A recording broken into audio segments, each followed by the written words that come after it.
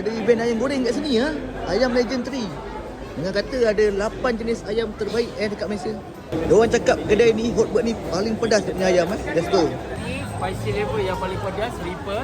Paling pedas Yes, betul. Tapi saya bagi abang tips kalau abang nak kurangkan spicy level pedas dia, abang try dia dengan garlic mayo sauce. Oh, ini famous ke kedai ni? Ayam goreng berantu ni. Oh, baik. Sos Korea makan dengan sos garlic. Apa kak? Yang ni ayam mix, ada cheese dengan Korea. Yang ini special kat event ni saja RM10. RM10? Yang ini RM19. Kedai ni memang banyak kali aku makan dah. Memang padu lah. Cowboy kita nak try Bang, dekat sini dia memang famous daging apa ni? Ya bang, daging biskit bang. Kita jual RM20 je bang, murah je bang. RM22? Ya bang. Berapa gram? 100 gram bang. 100 gram Berapa harga ni? RM22 saja. Yang ni bisket Ya, biskit je. Bisket, yang ni? Chicken wing kita dengan harga RM18 saja. Hot chick Bang, mana paling pedas? Ini paling pedas. Paling pedas? Apa nama dia? Hot Hot saja. Satu lagi? Ini mild.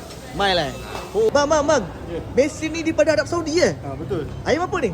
Ayam masyui bang. Tengok sikit. Ayam mashui Baik. Ni baru first time saya nak try Bang. Ya, bang. Ini apa benda bang? Kita daripada forward. Boleh tunjuk sikit apa dia? Dekat Dato' Jalatik punya event 2 hari. Yeah. This is our Thai high combo. Alright, so you get one piece of Thai, one mac and cheese, and you also dapat satu sauce. Oh.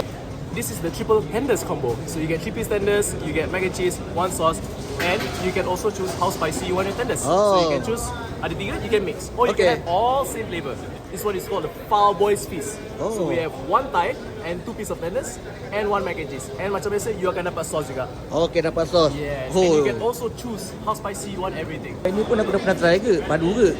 Event Ayam Legend ni dekat Datum Jelatik kau tengok. Daripada 25 Julai sampai 26 Sabtu Ahad. So kau kena try datang sini. Dekat Datum Jelatik ni kau tengok dekat tengah-tengah ni kau boleh makan kat sini. Baik.